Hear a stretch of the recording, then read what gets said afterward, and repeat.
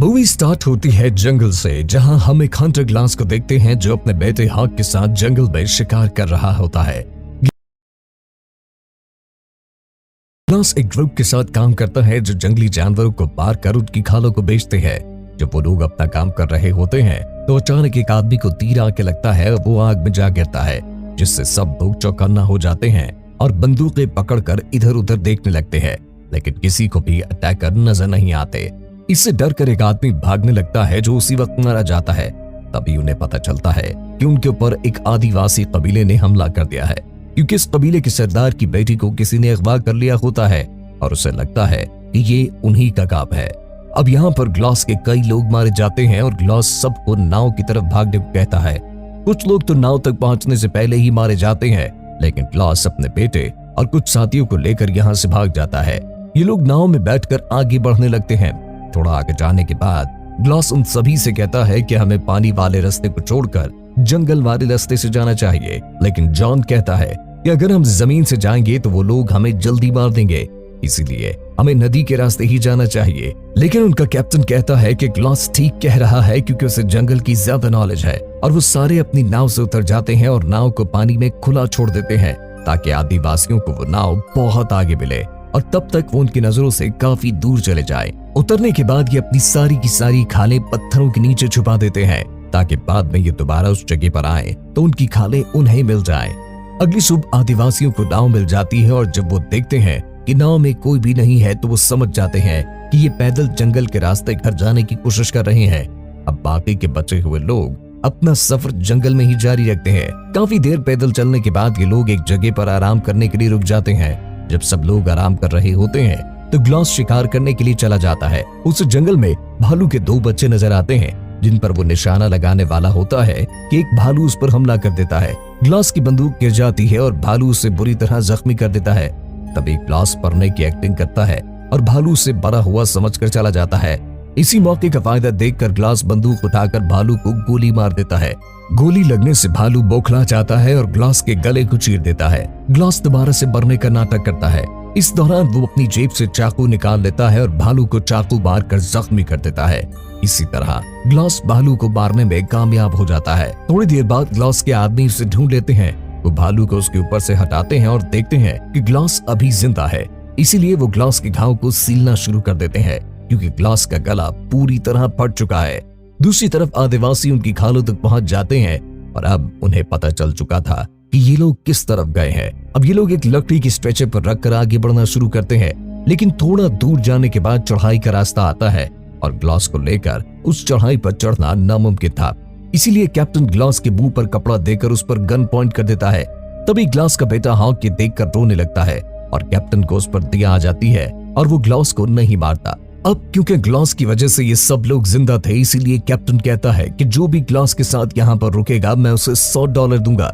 ये सुनकर ग्लास और एक लड़का वीजर यहाँ पर रुकने का फैसला करते हैं। अब जॉन, जो कि ग्लास से पहले ही नफरत करता है, पैसों की लालच में ग्लास के साथ रुकने के लिए तैयार हो जाता है। अब ये 3 लोग ग्लास के साथ रुकते हैं और बाकी कैप्टन के साथ चले जाते हैं।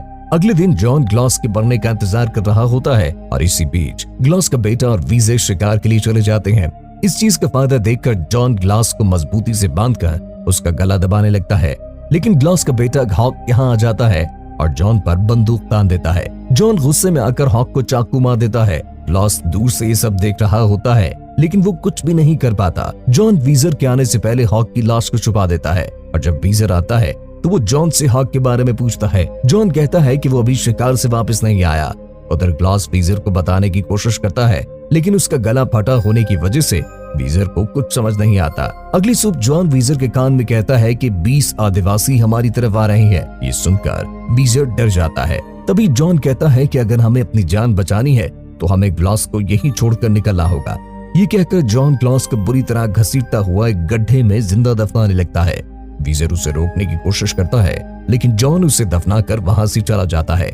वीजर जॉन के ऊपर पानी की बोतल रखकर वहां से चला जाता है। थोड़ी देर बाद ग्लास हिम्मत जुटाकर यहाँ से बाहर निकलता है और रेंगता हुआ अपने बेटे की डेड बॉडी के पास जाता है। यहाँ अब वो जोर जोर से रोने लगता है क्योंकि वो अपने बेटे को नहीं बचा सका। दूसरी तरफ वीजर को भी पता चल जाता है कि जॉन झूठ बोल रहा था। उनके पीछे कोई आदिवासी नहीं आ रहे थे। इसलिए वीजर उस पर बंदूक तान देता है, लेकिन जॉन उससे बंदूक छीन लेता है और आगे बढ़ने लगता है। दोस्तों, हमारे चैनल को सब्सक्राइब करने के लिए आप लोगों का दिल से शुक्रिया। उधर ग्लॉस रेंगता हुआ नदी के किनारे पहुंचता है, लेकिन जैसे ही वो पानी पीता है तो सारा पानी उसके गले से बाहर निकल जाता है, क्योंकि भालू ने उसका गला चीर लिया था। इसीलिए ग्लॉस थोड़ा सा बारूद अपने गले पर लगाकर आग जलाता है और उसे अपने गले पर लगाता है, जिससे गले की स्किन आपस में चिपक जाती है। दूसरी तरफ कैप्टन और बाकी बचे हुए लोग उस फोर्ट के पास पहुंच जाते हैं और ग्लॉस कई दिनों तक इसी नदी के किनारे रहता है। एक दिन जब ग्लॉस नदी के किनारे बैठा होता है तो आदिवासी वहां पर पहुंच जाते हैं, इसीलिए ग्लॉस उनसे बचने की कोशिश करता है, लेकिन किसी तरह वो ग्लॉस को देख लेते हैं और देखते ही ग्लॉस पर तीर चलाने लगते हैं। अब बहते हुए तेज पानी की मदद से ग्लॉस उनसे बच निकलने में कामयाब हो जाता है और तैरता हुआ दूसरे किनारे से निकलता है। अब ग्लॉस कुछ दिन तक इसी नदी के किनारे रहता है और सुबह को वो एक मछली पकड़कर कच्चा खाने लगता है। रात को वो देखता है कि एक आदमी आग जलाकर जंगली भैंसे का मांस खा रहा है। वो आदमी ग्लॉस को देखकर उस पर हमला करने वाला होता है, लेकिन ग्लॉस उसे इशारे से समझाता है कि मुझे खाना चाहिए, इसीलिए वो उसे खाने को दे देता है। अगली सुबह वो आदमी ग्लॉस के जख्मों को देखकर ग्लॉस से उसका कारण पूछता है। ग्लॉस उसे बताता है कि कैसे उस पर भालू ने अटैक किया और फिर कैसे उसके लोगों ने उसे मरने के लिए छोड़ दिया। ये सुनकर वो आदमी बताता है कि उसकी सारी फैमिली को फ्रांस के लोगों ने मार डाला है। इसके बाद वो दोनों घोड़े पर सवार होकर अपना आगे का सफर शुरू करते हैं। उधर जॉन और वीजर फोर्ट तक पहुंच जाते हैं, जहां जॉन कहता है कि हमने ग्लॉस के साथ जो भी किया कैप्टन को पता नहीं लगना चाहिए। अगर कैप्टन को पता चल गया तो वो हमें जान से मार डालेगा। अब ये दोनों कैप्टन के पास आते हैं और उनको पूरी बात बताते हैं कि ग्लॉस मर चुका है, जिसे हमने जंगल में दफना दिया है और उसका बेटा जंगल में कहीं गायब हो गया था, जिसका हम दोनों को पता नहीं चल सका। कैप्टन अपने वादे के मुताबिक उन दोनों को $100 देता है, लेकिन वीजा पैसे लेने से इनकार करके वहां से चला जाता है। यहाँ कैप्टन को जॉन पर शक होता है कि वो झूठ बोल रहा है। दरअसल इस लड़के को कहीं न कहीं दिल में ये ख्याल होता है कि उन्होंने वो काम किया जो उन्हें नहीं करना चाहिए था। दूसरी तरफ ग्लॉस की तबीयत खराब होने लगती है और वो गिरकर बेहोश हो जाता है। तभी बर्फ का तूफान आने लगता है। वो आदमी ग्लॉस के लिए लकड़ी का झोंपड़ा बनाता है और उसके जख्म ठीक करने की कोशिश करता है। साथ ही वो आदमी आग जलाकर ग्लॉस के आगे रख देता है ताकि इससे ग्लॉस को गर्मी मिले। ग्लॉस सारी रात इस झोंपड़ी में गुजारता है और जब वो सुबह उठता है तो चारों तरफ देखता है, लेकिन वो आदमी उसे कहीं नजर नहीं आता। थोड़ा दूर चलने पर वो देखता है कि उस आदमी की बॉडी एक पेड़ के ऊपर लटकी हुई है। ये फ्रांसीसी लोगों का काम होता है, जिनके पास उन आदिवासियों की सरदार की बेटी भी होती है। इसके बाद ग्लॉस उनके घोड़ों तक पहुंच जाता है। तभी ग्लॉस देखता है कि एक आदमी उस लड़की के साथ रेप करने के लिए जा रहा है। ग्लॉस चुपके से उसके पीछे जाकर उसे गन पॉइंट पर ले लेता है और उस लड़की को गन पकड़ाकर खुद घोड़ा लेने के लिए चला जाता है ताकि वो दोनों यहाँ से निकल सके। लेकिन वो लड़की जल्दबाजी करती है और वहां से भागने लगती है, जिससे फ्रांसीसियों को ग्लॉस की घुसपैठ का पता चल जाता है। पर ग्लॉस अपने घोड़े पर बैठकर वहां से भागने में कामयाब हो जाता है। वहां से भागने के बाद ग्लॉस रात एक पेड़ के नीचे गुजारता है। अगली सुबह ग्लॉस जब एक जगह आराम कर रहा होता है तो तभी आदिवासी इस पर हमला कर देते हैं। ग्लॉस उनसे बचने के लिए घोड़े पर बैठकर भागने लगता है, लेकिन वो आदिवासी उसका पीछा जारी रखते हैं। थोड़ा आगे जाने के बाद ग्लॉस को आगे खाई नजर आती है, लेकिन अब वो रुक नहीं सकता। अगर वो रुकता है तो आदिवासी उसे मार डालेंगे, इसीलिए ग्लॉस घोड़ा खाई में जाने देता है। अब इतनी ऊंचाई से गिरने के बाद उसका घोड़ा मर जाता है, पर ग्लॉस किसी तरह बच जाता है। अब ग्लॉस उन आदिवासियों से तो बच गया था, लेकिन वो ठंड से नहीं बच सकता, इसीलिए ग्लॉस मरे हुए घोड़े का सहारा लेता है। पहले तो वो उसके पेट को चीरकर उसमें सारी आंतों को बाहर निकालकर वो उस घोड़े के पेट के अंदर सो जाता है ताकि वो उस ठंड से खुद को बचा सके। ग्लॉस पूरी रात उस घोड़े के पेट में सोकर गुजारता है। अगली सुबह वो यहाँ से बाहर निकलकर अपना आगे का सफर शुरू करता है। दूसरी तरफ पोर्ट में एक फ्रेंच शिकारी कैप्टन से मदद मांगने के लिए आता है। वो बताता है कि हमारे सारे आदमियों को आदिवासियों ने मार डाला है, मैं अकेला ही वहाँ से बच पाया। उस फ्रेंच के पास पानी की एक बोतल होती है जिसे वीजर ने ग्लॉस को दफनाते वक्त उसके ऊपर रख दिया था।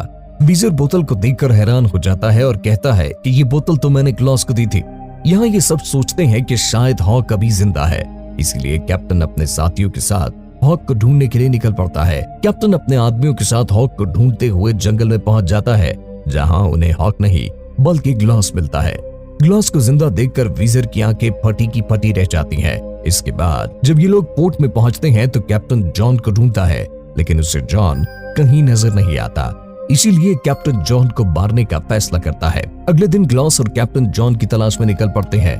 जंगल में पहुंचने के बाद कैप्टन ग्लॉस से कहता है कि ये जंगल बहुत बड़ा है, इसीलिए हमें इसको अलग-अलग होकर ढूंढना होगा। जब कैप्टन उसे ढूंढ रहा होता है तो जॉन एक पत्थर के पीछे से निकलता और कैप्टन को गोली मार देता है। गोली की आवाज सुनकर ग्लॉस कैप्टन तक पहुंच जाता है, लेकिन तब तक कैप्टन मर चुका था। इसके बाद ग्लॉस कैप्टन की बॉडी को घोड़े पर बिठाकर वहां से चला जाता है। आगे चलकर जॉन ग्लॉस को देख लेता है और उसे गोली मार देता है। इसके बाद वो जब उसके पास आता है तो देखता है कि ये ग्लॉस नहीं बल्कि कैप्टन है। दरअसल ग्लॉस को पता था कि जॉन उस पर छुपकर वार करेगा, इसीलिए वो एक दरख्त की टहनी को काटता है और उसे कैप्टन की पीठ पर बांधकर उसे घोड़े पर बिठा देता है और खुद पीछे वाले घोड़े पर लाश की तरह लेट जाता है। अब जैसे ही जॉन पीछे की तरफ देखता है तो ग्लॉस उस पर गोली चला देता है, लेकिन जॉन उससे बचकर भागने में कामयाब हो जाता है। ग्लॉस भी जॉन के पीछे भागने लगता है।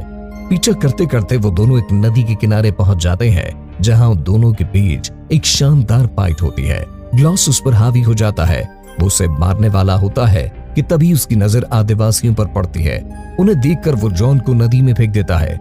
दूसरी तरफ खड़े आदिवासी उसे मार देते हैं। अब आदिवासी ग्लॉस की तरफ आते हैं, लेकिन ग्लॉस को वो कुछ नहीं कहते क्योंकि उनके साथ उनकी बेटी भी होती है और उसने आदिवासियों को साफ बता दिया था कि कैसे ग्लॉस ने उसे फ्रेंच शिकारियों से बचाया था। यहीं पर ये इंटरेस्टिंग मूवी खत्म हो जाती है।